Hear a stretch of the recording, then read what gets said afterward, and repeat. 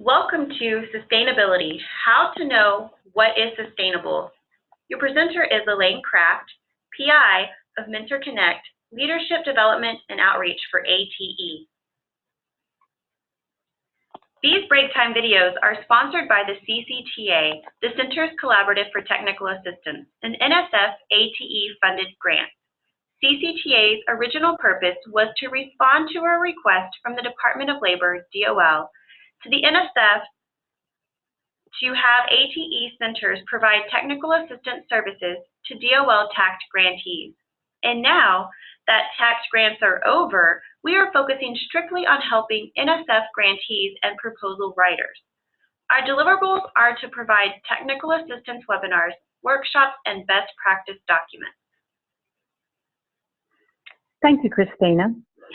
There is a disclaimer at the bottom of this slide, but just to make sure that you get this information, I want to make clear that I do not speak for the National Science Foundation, and the ideas I share with you today are my own. First, let's look at definitions and expectations. When looking at your project from the perspective of sustainability, consider what that means. It's important. Definitions for the word sustainability tend to relate to the environment, but for grant-funded projects, this word refers to the NSF ATE requirement that project proposals include a plan for how elements of a funded initiative will continue when grant funding ends. I want to point out to you that the ATE program has funded some work in this area that could be of interest to you. ATE Central has sustainability resources. The URL for accessing them I've listed on the screen. And if you go to that ATE Central homepage, under resources, the last item is sustainability. And when you go there, you will find a wealth of additional resources to guide you on this topic. From the ATE Central website, I borrowed the following quote: "It is never too soon to be thinking about life post-grant as a way to plan for eventual independence or as a way to prepare for a time when grants may not be forthcoming." So, what is sustainable? Here is a list of questions that will help you consider whether what you're proposing or doing in your project is sustainable. What might be sustainable? What has worked and what hasn't? Which innovations do you have data and evidence of impact? This is really important. Which innovations created excitement? And to what extent has the work become the way we do things? Which innovations provide a foundation for future work? And what have you done that is of greatest interest to others? Future partners, educators who may adapt and implement your model? What elements have the greatest chance of long-term transformation of faculty, programs, partnerships, and student success? You know your institution and environment and should have a feel for what is possible if your project is successful. Most discussions about sustainability should include institutionalization, financial support from the college or other, usually local sources, and additional grant funding. It is good to look at sustainability as a three-legged stool. Let's first think about institutionalization. By definition, institutionalization is the action of establishing something as a convention or norm in an organization or culture. Something is institutionalized when it is part of the way we do things. Policies, procedures, college catalogs, course syllabi, faculty scheduling, and other academic mechanisms are hard to change once in place. So it is important to get positive changes locked in to the fabric of the institution and the people at the institution wherever possible. The way we do things also includes behaviors, attitudes, and customs of faculty and perhaps others at the college. Academic processes tend to just be words on paper if behaviors, attitudes, and customs do not support the changes. For this reason, if faculty development is an activity of your project, and it probably should be, this activity should be continued at some level beyond the grant until new knowledge and skills are mastered and behaviors are ingrained and seen as the way we do things. The analogy I like to use is that when you put braces on teeth to straighten them, the job isn't done when the teeth are straight. Orthodontists know that if the braces come off, it is essential that a retainer be worn, at least at night, for an extended time thereafter, or the teeth will drift back and return to their previous positions. If a retainer is worn long enough, though, when the teeth may stay straight indefinitely thereafter.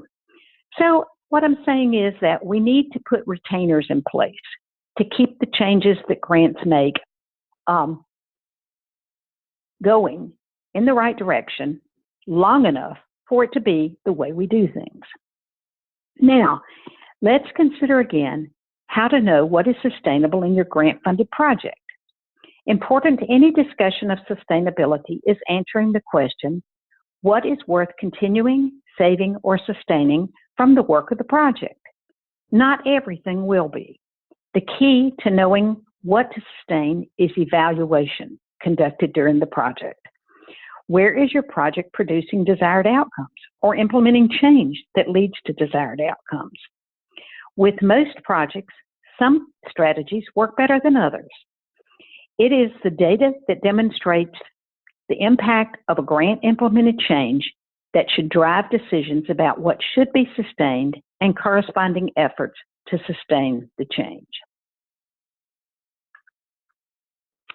Next, consider what it will take to continue something that is successful. Does the project element you are considering require money? An example is a career coach hired with grant funds. Does the project element you're considering require institutional change? An example might be adding a new curriculum or course to the course catalog. Does the project element you are considering require behavioral change? An example might be having faculty implement problem-based learning or provide undergraduate research experiences. Does the project element require both behavioral and institutional change? An example is implementing flipped classrooms, fractional course credit offerings, or dual credit where both college systems must change as well as faculty behaviors. For the behavioral elements to be sustained and momentum continued, faculty development may need to be ongoing. Think of ongoing faculty development as retainers on straight teeth. A well-conceived ATE project will already be aligned with the college mission, but it is important to specifically link positive outcomes from your project to the values, mission, and goals of the college these outcomes support. For example, if recruitment and retention of students is something of great importance to the college, having project data results that demonstrate the impact on enrollments and retention of students in ATE programs provides rationale for the college to seriously consider financially supporting the successful strategies when the grant ends.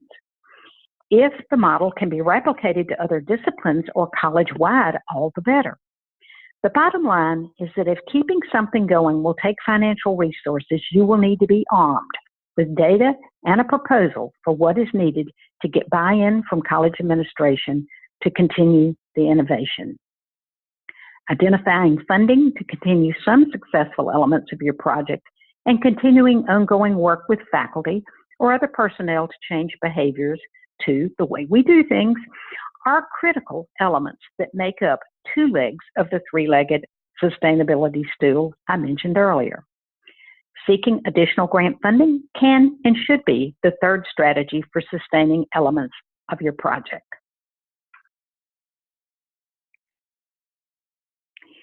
A new project can build on the work of the first project, specifically identifying the most impactful work you've done.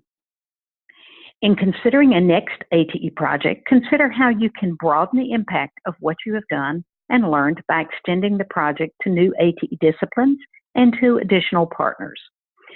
With a next step ATE grant, you will be able to maintain momentum while you continue to improve your products and strategies, develop faculty, and strengthen industry partnerships.